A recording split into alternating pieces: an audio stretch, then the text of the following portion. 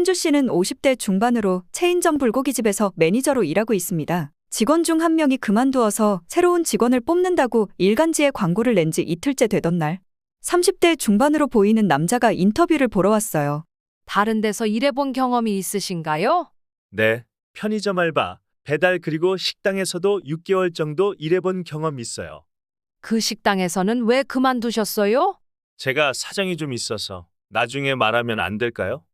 그러세요. 꼭 여기서 일할 수 있게 해주세요. 정말 열심히 하겠습니다. 사실 홀에서 손님들 서비스를 담당하기엔 나이도 좀 많은 것 같고 그리 부드러운 인상은 아니었다. 하지만 그 전 직원이 갑자기 그만둔 터라 신주 씨는 일단 채용부터 하고 좀 더 지켜보기로 했다.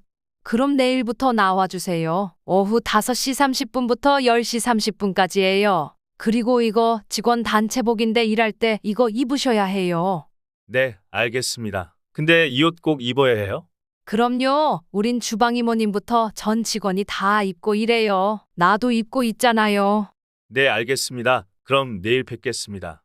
35살 승호 씨는 그렇게 박대감 불고기집 직원이 되었습니다.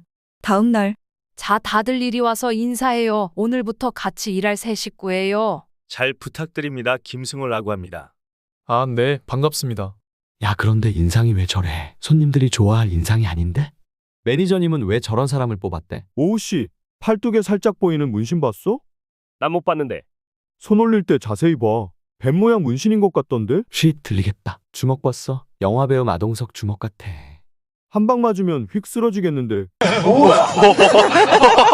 뒷담화하는 것을 애써 못 들은 척 승호는 홀에 비뚤어진 테이블을 정리하고 있었습니다. 승호 씨, 잠깐만 나 좀 볼까요? 승호는 매니저의 부름을 받고 주방 쪽에 있는 작은 룸으로 들어갔어요. 승호 씨, 어제는 긴팔 옷을 입고 와서 몰랐는데 팔에 문신이 있는 것 같던데요. 아, 이거요? 제가 20대 초반에 그냥 장난삼아 한 건데 좀 거슬리죠? 네, 사실 보기가 좀.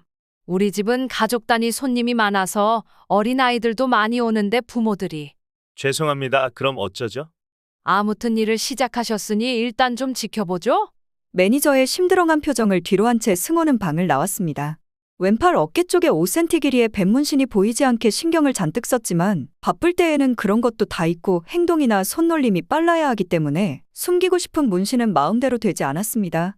형, 그게 뭐예요? 어린애도 아니고 뱀문신이라니 누가 보면 무슨 조직원인 줄 알겠네. 웹툰에 보면 조직원들 그런 문신 많이 하잖아요. 미안해.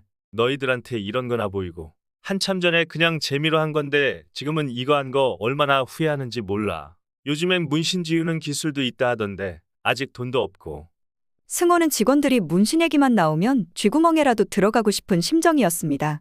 요즘은 20대 젊은 사람들도 문신한 사람이 많고 연예인들 중에도 예술작품처럼 문신한 사람이 다수 있지만 일반인이 그것도 섬찟한 뱀문신은 그리 흔한 광경이 아니었죠. 엄마, 저 사람 팔 무서워요. 뱀 있어요. 쉿, 나도 봤어. 저런 사람을 이런 서비스직에서 일하게 하면 안 되지. 여보, 우리 다음부터는 여기 오지 말자. 승호는 못 들은 척 태연한 척했지만 내심 불안함은 감출 수 없었습니다. 손님 앞에 내려놓으려던 유리 물컵이 승호의 불안한 마음을 대변이라도 하듯 테이블에서 이탈해 바닥으로 곤두박질 쳤습니다. 매니저 신주 씨가 달려왔어요. 어머, 손님 죄송해요. 새로운 직원이라 일이 서툴러서 그만. 괜찮습니다. 하지만 우린 여기서 더 이상 식사를 할 수 없을 것 같아요. 아이들이 뱀문신을 너무 무서워해요. 죄송합니다. 다른 직원을 불러드릴게요.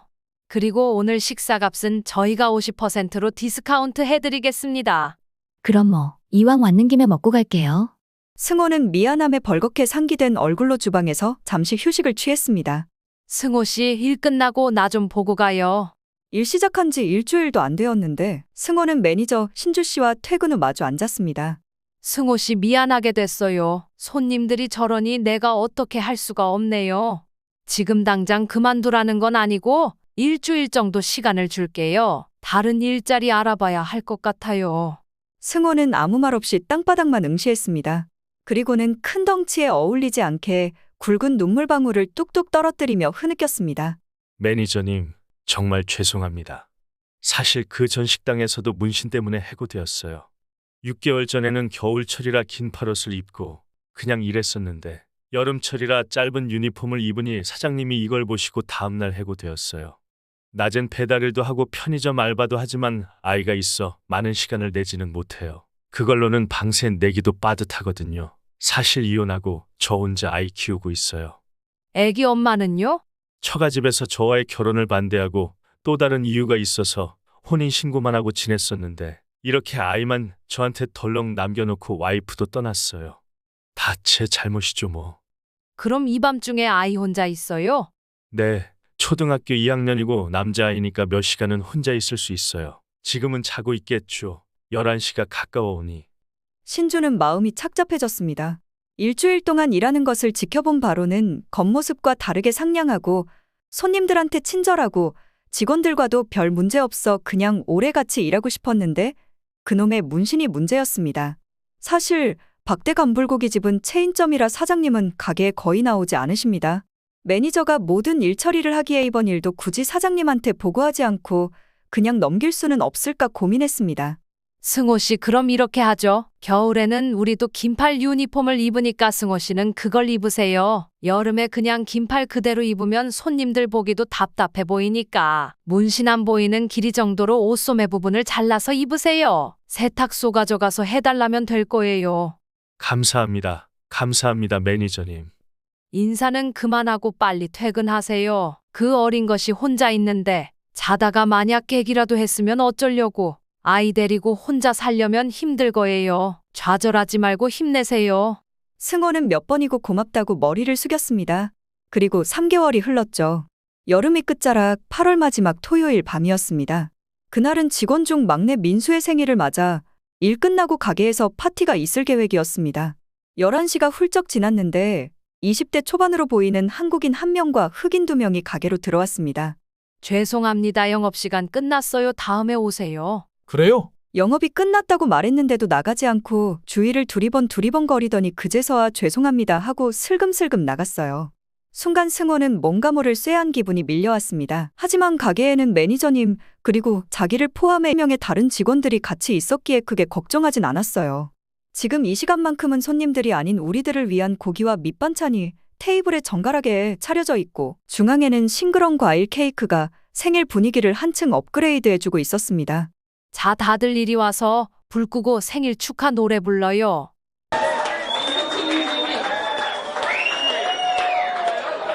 다들 꼼짝 마. 생일 축하 노래가 미처 끝나기도 전에 검은 물체가 순식간에 문을 열고 들어왔습니다. 순간 매니저의 목에 뭔가 번떡이는 것이 케이크 촛불에 반사되어 나타났습니다. 뭐야? 누구야? 소리내지 마. 아무도 움직이지 말고. 다들 손머리 위로 하고 무릎 꿇어. 허튼 짓 하다가 이 아줌마 목 날아갈 수 있어. 누군가 입바람으로 촛불까지 껐습니다.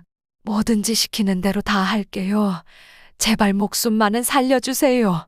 승호는 날카로운 눈으로 그들을 훑었습니다.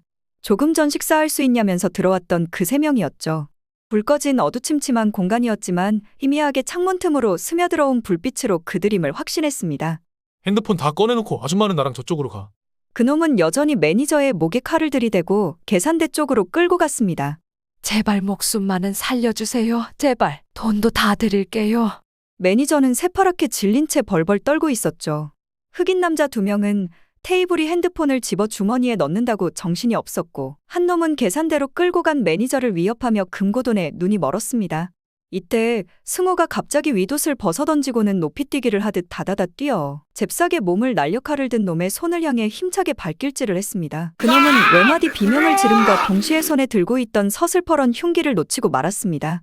승호는 벽 쪽에 스위치를 눌러 불을 켜고 떨어진 칼을 잽싸게 주워 그놈의 목에 갖다 댔습니다. 상황이 역전된 거죠. 순간 덩치 좋은 흑인 남자 2명이 승호한테 달려들었습니다. 스탑! 너희들 그 자리에서 한 발자국이라도 움직이면 이놈 목을 확 그어버릴 거야. 이거 보여? 나도 한때는 잘 나가는 깡패였다고. 다치기 싫으면 순순히 내 말 들어. 근육질로 똘똘 뭉쳐진 팔에 섬찟한 뱃문신을 보고 흑인 2명은 그 자리에 멈칫했습니다. 죄송합니다. 한 번만 살려주세요. 목에 들이댄 칼의 위협을 느꼈는지 한국놈도 순순히 물러났습니다. 누군가 119에 신고를 했고 10여 분도 안 되어 경찰이 도착했습니다. 승호 씨 정말 고마워. 승호 씨 때문에 내가 살았어. 정말 고마워. 그날 이후 승호는 가게에 없어서는 안 될 가게 지킴이가 되었습니다. 사장님도 이 사실을 알게 되었죠. 하마터면 큰일 날 뻔했는데 승호 씨 때문에 무사히 넘어갔군요. 우리 가게엔 승호 씨 같은 사람이 꼭 필요해요. 우리 가게에서 오래도록 가게 지켜줘요. 사장님은 승호의 어려운 가정 환경 얘기를 들으시고 격려금까지 주셨습니다. 그리고 3년 후 박대간불고기집 매니저가 되었죠. 승호 씨, 나는 이제 일 그만두고 남편이랑 시골에 내려가 살 거야. 내가 사장님한테 승호 씨 매니저로 적극 추천했으니까 그렇게 알고 있어. 매니저님, 감사합니다. 그날 저한테 여기서 일할 기회를 주시지 않았으면 저는 또다시 일자리를 찾아 헤맸을 거예요. 20대 시절에 멋모르고 가입한 지하 조직에서 양아치 짓도 많이 했고 애엄마도 그때 만났어요. 그냥 가볍게 사귈 때는 내가 그런 조직에 있다는 걸 모르고 있었죠. 하지만 같이 동거를 하고 아들이 태어나면서 사실을 고백했어요. 건달 새끼와 한평생을 살겠다는 여자는 없을 거예요. 3살 된 아들을 두고 그냥 조용히 떠났습니다. 그 여자 원망하지 않아요. 저를 이렇게 온전한 사람으로 만들어준 것도 우리 아들과 그 여자 때문이기도 하죠. 그냥 지금은 아무것도 바라지 않아요. 우리 아들 엄마 없이도 바르게 자랄 수 있도록 뒷바라지 하는 데에만 신경 쓰고 있어요. 그랬었구나. 승호 씨, 이것도 인연인데 우리 이제 직장에서는 못 보겠지만 서로 왕래하고 지내요. 그때 승호 씨 아니었으면 그놈들한테 어떤 큰 화를 당했을지도 몰라. 내 생명의 은인이나 다름없어요. 나를 누나라 생각하고 살다가 무슨 일 있거나 의논 상대가 필요하면 연락 줘요. 승호 씨는 이제 외롭지 않습니다. 늦은 밤 피곤한 몸을 이끌고 집에 돌아가면 자신을 쏙 빼닮은 아들 성민이 자는 모습만 봐도 뿌듯합니다. 한때는 지하 조직에서 약자를 상대로 폭력을 휘둘렀고 암울한 미래의 삶의 희망마저 잃었죠. 늦게나마 이렇게 사람이 되었습니다. 그날 매니저에게 부끄러움을 무릅쓰고 나의 껍질을 벗기든 내 진심을 말하지 않았더라면 지금의 나는 없었을 겁니다. 세상을 살면서 제일 불쌍한 사람은 자기 과거에 갇혀서 사는 사람이다. 오늘 사연의 주인공 승호 씨를 보면서 보석 같은 이 말의 의미를 다시 한번 되새겨봅니다.